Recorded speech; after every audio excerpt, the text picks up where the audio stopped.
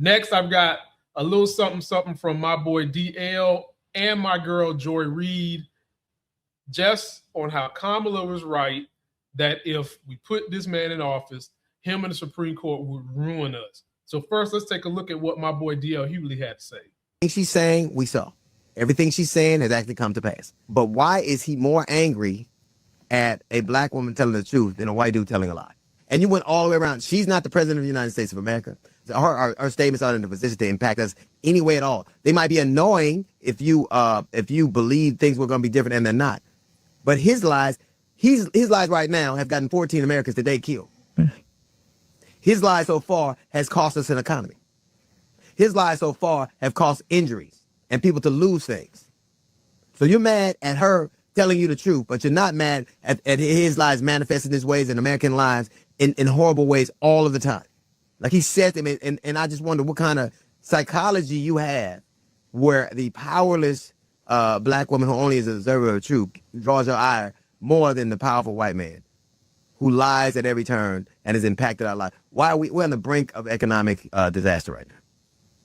The whole of the world is laughing at us right now. Tariffs didn't work right now. There are more bankruptcies than any other point in our history. And you worried about her telling you what's going to happen.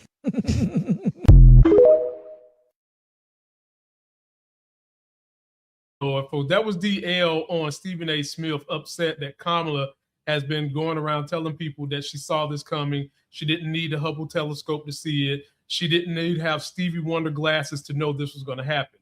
Well, one of the things that has been taken away that we don't hear is the Stephen A's coming out denouncing, or any of those de-knowledge black dudes I'm always talking about. We don't hear them coming out saying anything to say, Kamala, you was right, we was wrong, we need to come together.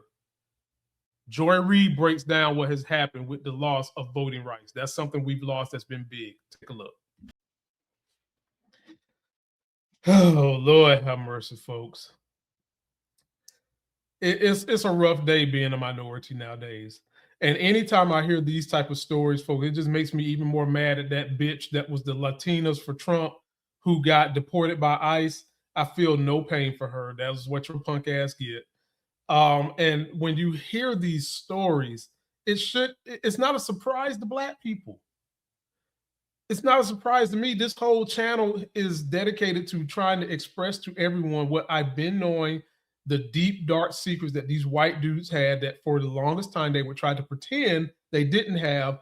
And now Trump has given them a license to be outright with their racism, outright with their sexism, outright with their power grabs. I mean, did you see that map? It was like 4 seats out of the whole damn, like 50 seats. And you're trying to take those just to prove a point that the South shall rise. Folks, let me just tell you what we gotta have a reckoning. That reckoning has got to be exactly what AOC was running around saying over the weekend. The South has got to, the North has got to pull up to the bump of the South and crush them. We had never let the Civil War kind of pass by with this unwritten doctrine. Well, certain things we're not going to go after to get along with our white folks in the South.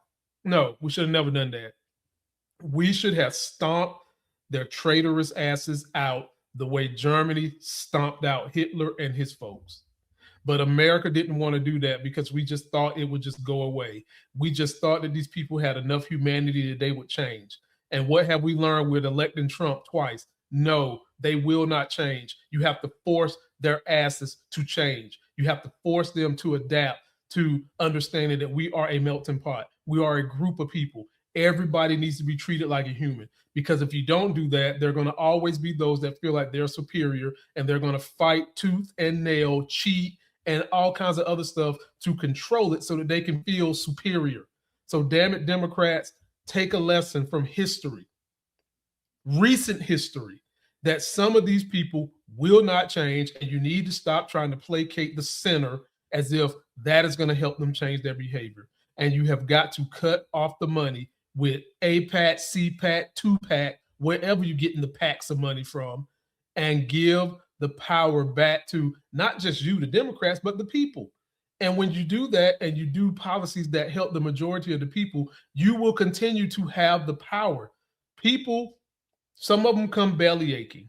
Like when Social Security was put in place. There were a lot of people belly aching. Oh, that's socialism, that's communism. I don't want it. Them same folks that was running their damn mouths are nowhere to be found right now. They are somewhere saying, don't you take my Social Security. And Democrats, this is what the Republicans know. But what you don't seem to know, or you're not willing to put in place so that you can win. Republicans know that if you give people stuff, they'll keep voting for you. Why do you think Elon Musk is in bed with Trump now? Why do you think all these Republican governors are in bed with Trump now? Because he's giving them the cover to avoid going to jail because they're in the Epstein files and probably in trouble in many other places.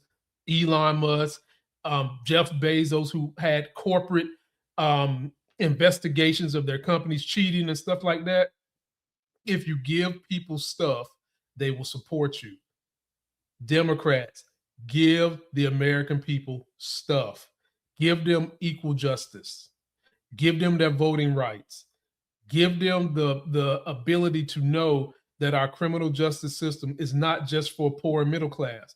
Give the American people health care so that they can have health to pursue life, liberty, and happiness. Give them child care so that their children can have the best education going forward to pursue those same things.